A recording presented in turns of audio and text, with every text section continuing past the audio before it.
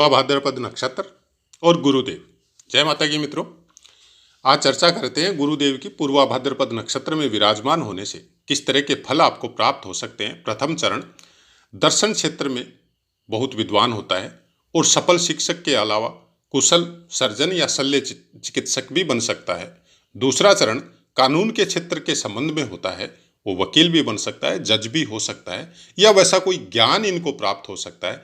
तीसरा चरण, नौकरी करने के साथ साथ अपना व्यवसाय भी आरंभ कर सकता है, पारिवारिक जीवन भी अच्छा बीतता है। चतुर्थ चरण, जातक वैज्ञानिक बन सकता है, वह एक कुशल प्रशासक भी सिद्ध हो सकता है। कहते हैं कि आपके पूर्वा भाद्रपद नक्षत्र में गुरुदेव है और उसके ऊपर विभिन्न ग्रहों की दृष्टियां हैं। अगर गुरुदेव के ऊपर सूर्य की दृष्टि हो तो इंसान का व्यक्तित्व बहुत आकर्षक होता है। चंद्रमा की दृष्टि हो, लीडरशिप की क्वालिटी पैदा होती है और ग्राम या नगर का प्रमुख बन सकता है। मंगल की दृष्टि हो, सत्ता पक्ष का कृपा पात्र हो सकता है। और बुध देव की दृष्टि हो, धार्मिक शांति प्रिय बनाता है। शुक्र देव की दृष्टि सद्गुणों से युक्त विद्वान होता है और सत्ता पक्ष का भी कृपा पात्र होता है। शनि देव की दृष्टि अच्छे फल देती है और उसकी सभी आकांक्षाएं पूरी होती है। तो ये थे गुरुदेव पूर्वा भाद्रपद नक्षत्र और उसमें अलग अलग ग्रहों की दृष्टियों के विशेष में जो भी पुस्तक में लिखा गया है आपको वैसा का वैसा हमने बता दिया। जैसा कि पाठों का नियम है, शुरुआत में आपको वही बताया जाता है जो पुस्तक में लिखा हुआ होता है। और अब जो चर्चा हम लोग करेंगे वो इसमें कुछ अंश वो भी होगा कि जो अभ्यास के द्वारा मिलता है, कुछ अंश वो भी होगा जो विभिन्न तरह की पुस्तकों के द्वारा ज्ञान स्वरूप प्राप्त होता है इंसान को, और कुछ अंश वो भी होता है जो हम लोग गुरु चर्चा या ज्योतिष से संबंधित जो फ्रेंड सर्कल है उसके द्वारा जो चर्चा में जो हम लोगों को निकल के आता है। और बहुत हद तक तरह तरह की कुंडलियों में जब उनको लगाते हैं तो वो सफल भी होता है। और वो सब की चर्चा के अंदर अंदर सबसे बड़ी बात जो प्रकृति प्रदत्त ज्ञान है हम लोगों के अंदर कि किसी का बुरा नहीं करना है, किसी के साथ चीटिंग नहीं करनी है, किसी के साथ गलत बिहेव नहीं करना है, सबका सम्मान करना है। जो चीज़ें पूर्वजों के द्वारा नियमों के अनुसार या संस्कार के स्वरूप में हम लोगों को प्राप्त हुई है, जिसका ज्योतिष के अनुसार आज हम लोगों को पता चल रहा है कि आज जब इस भौतिक युग में हम लोग जब शहरी वातावरण समझ लो या सोशल मीडिया की वजह से समझ लो कि उस चीज़ों को जब हम लोग भूल चुके हैं और आज हर गली मोहल्ले में उसी चीज़ को बताने के लिए जब बड़े बड़े ज्योतिषी प्रकट हो रहे हैं, प्रोफेशनल ज्योतिषी या जो भी ग्राम प्रधान में कोई पंडित या कर्मकांडी विद्वान, जब उनसे सुनते हैं कि आपका सूर्य खराब है या आपका गुरु खराब है, तो गुरु संबंधित आदमी जो शिक्षक भी हो सकता है, जो आपका मंदिर में पाठ पूजा करने वाला कर्मकांडी विद्वान भी हो सकता है, या जो सनातन धर्म में हम लोगों को जब संस्कार में जनेऊ संस्कार जो होता है उसमें जो गुरु प्रदान होता है वो भी हो सकता है, या आपके माता पिता भी हो सकते हैं, सम्माननीय बुजुर्ग भी गांव का या घर का हो सकता है।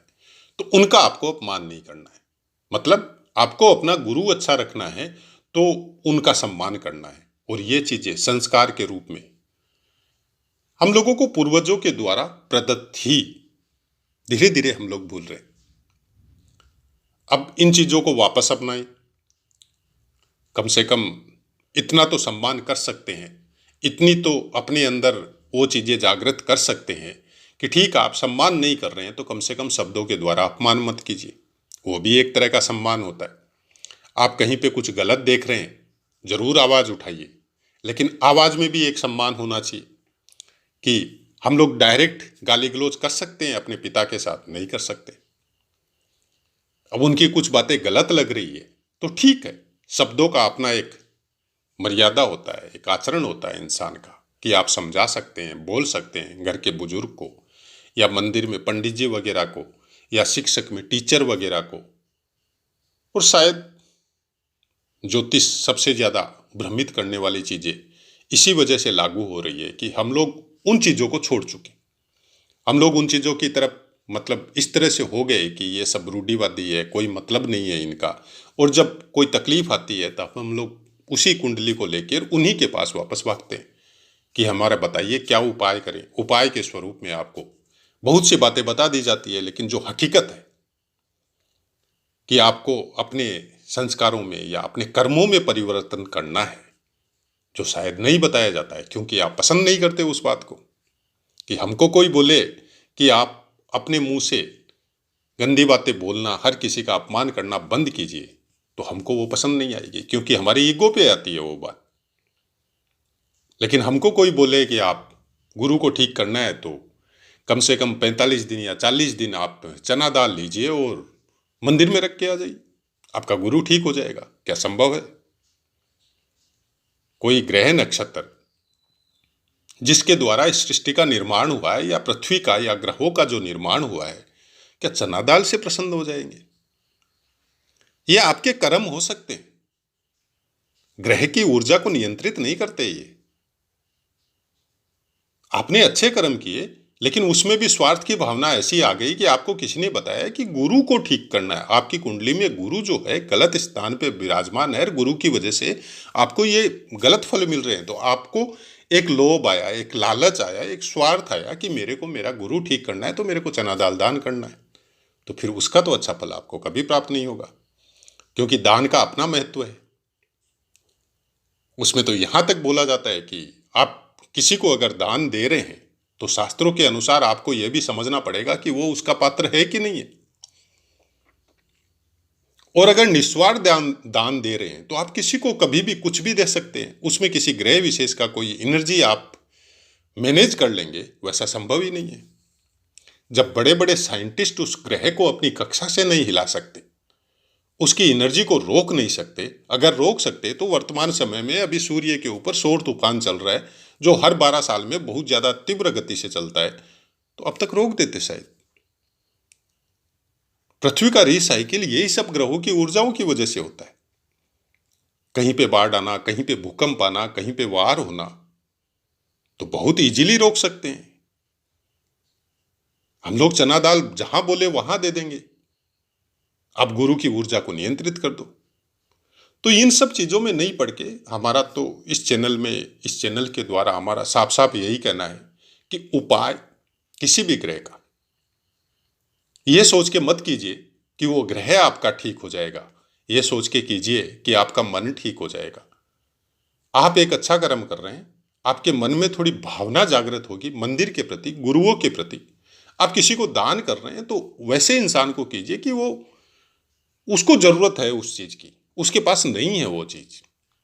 आप किसी को 1 किलो आधा किलो चना दाल देते हैं तो कम से कम उसके घर का एक टाइम का भोजन बन जाएगा दाल के स्वरूप में। ये सोच के दीजिए, ये सोच के मत दीजिए कि आपका गुरु ठीक हो जाएगा, उसका तो फिर आपको पनिशमेंट मिलने वाला है। क्योंकि स्वार्थवश दिया हुआ दान वो कुछ अलग ऊर्जा का रूपांतर करता है जो शायद अच्छे फल में कन्वर्ट नहीं होती है। आप जब भगवान का भजन करते हैं या उस ईश्वर का नाम लेते हैं या किसी की पूजा करते हैं, उसमें भी आपका एक स्वार्थ होता है, सबका होता है, लेकिन उस स्वार्थ का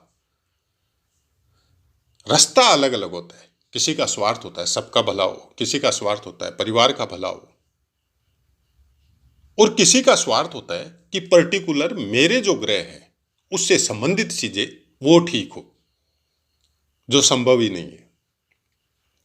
आप एक परिवार में हैं, परिवार में कोई यज्ञ हवन करते हैं, कोई ग्रह नक्षत्र की पूजा करते हैं, तो आपका वास्तु आपके परिवार की पॉजिटिविटी जो एनर्जी है, पॉजिटिव एनर्जी, वो कुछ अच्छी मात्रा में प्रकट होती है। और ये हकीकत है। आप शंख बजाते हैं, गड़ावल बजाते हैं, आप घंटी की आवाज करते हैं, उससे आपके घर की नेगेटिविटी बाहर जाती है। उसमें ग्रह विशेष का कोई कारण नहीं है। लेकिन अगर उसको यही सोच के आप करते हैं कि आपको बुध ग्रह को ठीक करना है तो आपके घर में एक काशी की घंटी होनी चाहिए जो सुबह शाम आपको बजानी है, तो फिर उसका कोई इफेक्ट नहीं मिलेगा आपको। क्योंकि घंटी बजाते समय आपके अंदर वो भावना नहीं है जो देवों को खुश करती है, जो ईश्वर को खुश करती है। आपके अंदर भावना क्या है कि मेरा बुध ग्रह ठीक करना है, तो फिर वो नहीं होगा। क्योंकि ये चीटिंग है। ये चीटिंग हम लोग भौतिक शरीर के साथ वर्तमान युग में इस पृथ्वी पर रहने वाले इंसानों के साथ तो कर सकते हैं, लेकिन उस ऊर्जा के साथ नहीं कर सकते जिस ऊर्जा की वजह से पूरी सृष्टि का निर्माण और पूरी सृष्टि संचालित है। हमारा कुछ ऐसा ही है समझाने का या समझने का तरीका ज्योतिष को, कि हम ज्योतिष को समझ के यह नहीं सोचते हैं कि कल क्या होगा, परसों क्या होगा। क्योंकि जब शुरुआत आज के 25 साल के आसपास जब पहले शुरुआत की थी, तब ऐसी कुछ महत्वाकांक्षाएं थी और बहुत ज़्यादा रुचि थी, बहुत स्ट्रगल की इसके मैटर में। और जब निकाल के बैठ गए कि ये समय थोड़ा ठीक नहीं है और इन आदतों से आपको दूर रहना है, किसी को बताया गया, चाहे परिवार में हो, लेकिन वो इंसान उस आदतों को छोड़ ही नहीं रहा है, तो फिर वो अच्छी चीजें कहां से आएगी? कभी नहीं आएगी। जब हम लोग ये कंफर्म हो जाते हैं, मैच्योर हो जाते हैं कि उस चीज को वो इंसान नहीं छोड़ सकता, और नहीं छोड़ सकता, जब आपको ये पता चल जाए कि नहीं छोड़ सकता और वो ही होगा जो नेचुरलिटी ने फिक्स कर रखा है, तो फिर भविष्य जानना सिवाय पीड़ा के आपको कुछ नहीं दे सकता।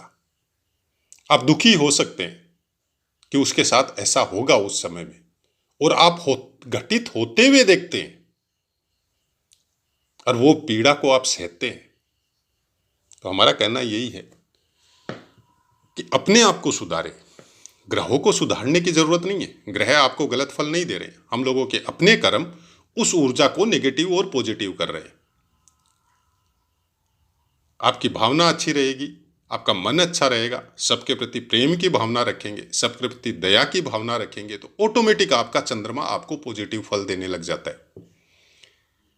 देवों की आराधना करेंगे, ईश्वर की आराधना करेंगे, अपने से बड़ों का सम्मान करेंगे, माता पिता का आदर करेंगे, ऑटोमेटिक सूर्य आपका अच्छा फल देने लग जाता है। आपकी कुंडली में चाहे कैसा भी बैठा हो, कोई औचित्य नहीं है उसका। इसीलिए गीता में भगवान ने कहा है कि आप अपने कर्म की चिंता कीजिए, कौन से कर्म आप कर रहे हैं, क्या कर्तव्य आपका है, उसका पालन विधिवत कीजिए, बाकी चिंता मत कीजिए। तो आशा है मित्रों, पाठ समझ में आया होगा। इसी आशा के साथ कि आप सुखी हो, स्वस्थ हो, अपने संस्कारों का वापस निर्माण करें। कुछ गलत आदतें हैं तो उनसे दूरी बनाइए, सही रास्ते पे चलें। अपनी वाणी को विराम देते हैं, आपसे आज्ञा लेते हैं। जय माता की।